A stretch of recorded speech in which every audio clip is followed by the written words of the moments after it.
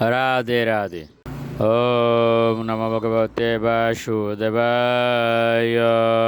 ওম নমো ভগবতে বাসুদেবায়। ওম নমো ভগবতে বাসুদেবায়। শ্রীমদ্ ভাগবত তৃতীয় স্কন্দ স্থানম সৃষ্টি স্থিতি 31 অধ্যায়। জীবের গতি সম্বন্ধে ভগবান কপিলদেবের উপদেশ।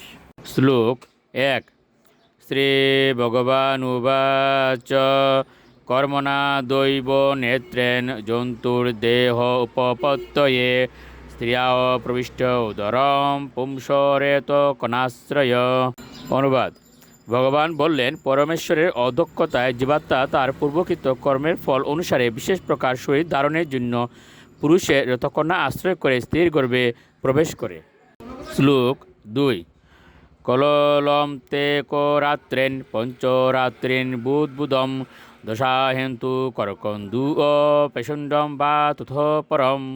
অনুবাদ: সেই রথকণা গর্ভে পতিত হলে এক রাত্রে সুনীতের সঙ্গে মিশ্রিত হয়, পঞ্চরাত্রিতে বুদ্বুদের আকার প্রাপ্ত হয়, 10 দিনের মধ্যে তা বৃদ্ধি পেয়ে বদরী ফলের মতো হয় এবং তারপর ধীরে ধীরে তা মাংসপিণ্ডে অথবা অণ্ডে পরিণত হয়। শ্লোক 3।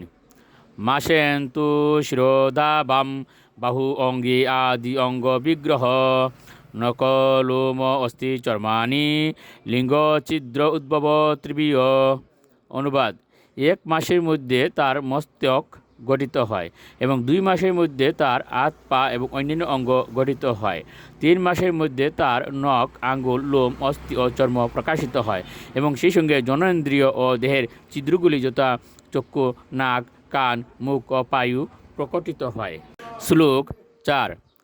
চতুর্বিদাতব সপ্ত পঞ্চবীর্য সূত্রিত উদ্ভব সরবীর্যরায়ুনা বিত কুক্ষৌ ব্রহ্মতি দক্ষিণে। অনুবাদ: গর্ভধারণের 4 মাসের মধ্যে শরীরে সপ্তধাতুর উদয় হয়।